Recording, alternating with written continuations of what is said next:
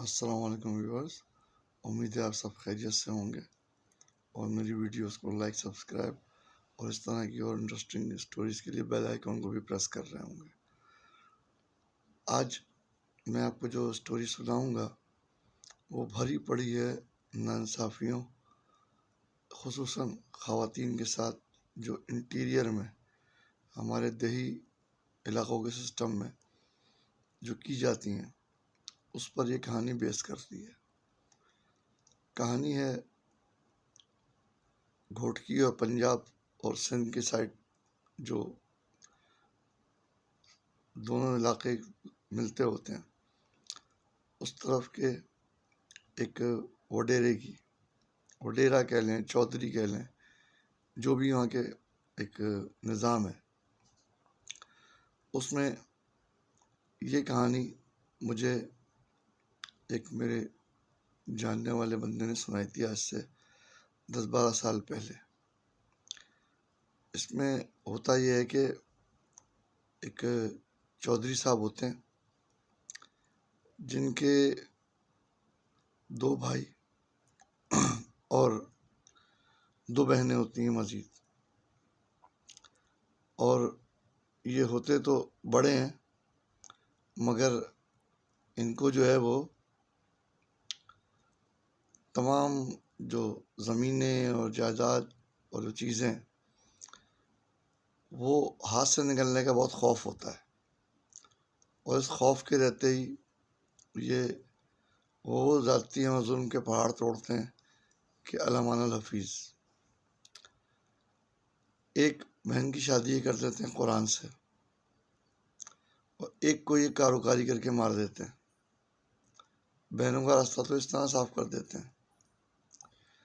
ایک بھائی کو یہ زہریلی شراب پلوا کے مار دیتے ہیں۔ اس کو یعنی کہ شراب کا وہ تھوڑا شوقین تھا تو اس کو دوستوں کے ذریعے کچی پلا کے مروا دیتے ہیں، اس سے کوئی ثبوت بھی نہیں ہوتا۔ کئی سارے لوگ کچی شراب پی کے مر جایا کرتے ہیں دیہات میں عام طور پہ، وہ کیس بھی رفع دفع ہو جاتا ہے۔ اب دوسرا جو بھائی ہوتا ہے اس کو یہ ایک جھوٹے قتل کے الزام میں ڈلوا دیتے ہیں جیل میں۔ اب یہ 2 بہنیں بھی صاف اور 2 بھائی بھی صاف، اکیلے یہ بچے۔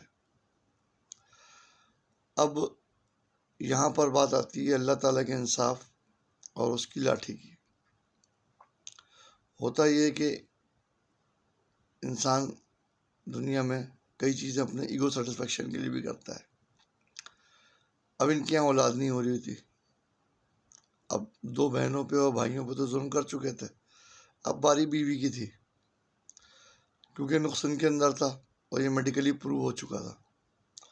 تو لہٰذا کیا کرتے ان کے ذہن میں یہ آیا ایک ترکیب یا خناس کہ انہوں نے اپنی بیوی کو مجبور کیا کہ وہ ان کے گونگے بہرے نوکر کے ساتھ تعلقات بنائے۔ نوکر کیونکہ گونگا بہرا تھا اور نہ یہ بات وہ کسی کو بتا سکتا تھا، نہ کوئی اس سے پوچھ سکتا تھا، تو اس میں انہیں مکمل رازداری محسوس ہوئی، اور اس طرح سے انہوں نے اس بے زبان بندے کو ٹریپ کروایا اپنی بیوی کے تھرو، اور بیوی نے چودھری کی ناراضگی سے یا غضب سے بچنے کے لیے یہ غیر شرعی عمل کیا۔ خیر عمل ٹھہرا تو تیسرے چوتھے مہینے ان صاحب نے ایک ظلم کا پہاڑ اور توڑا کہ اس غریب نوکر کو حویلی کی 4-5ویں منزل سے دھکا دلوا کے مروا دیا کہ نہ رہے گا ثبوت نہ کچھ ہوگا۔ لیکن خدا کی قدرت تو کچھ اور ہی منظور تھا۔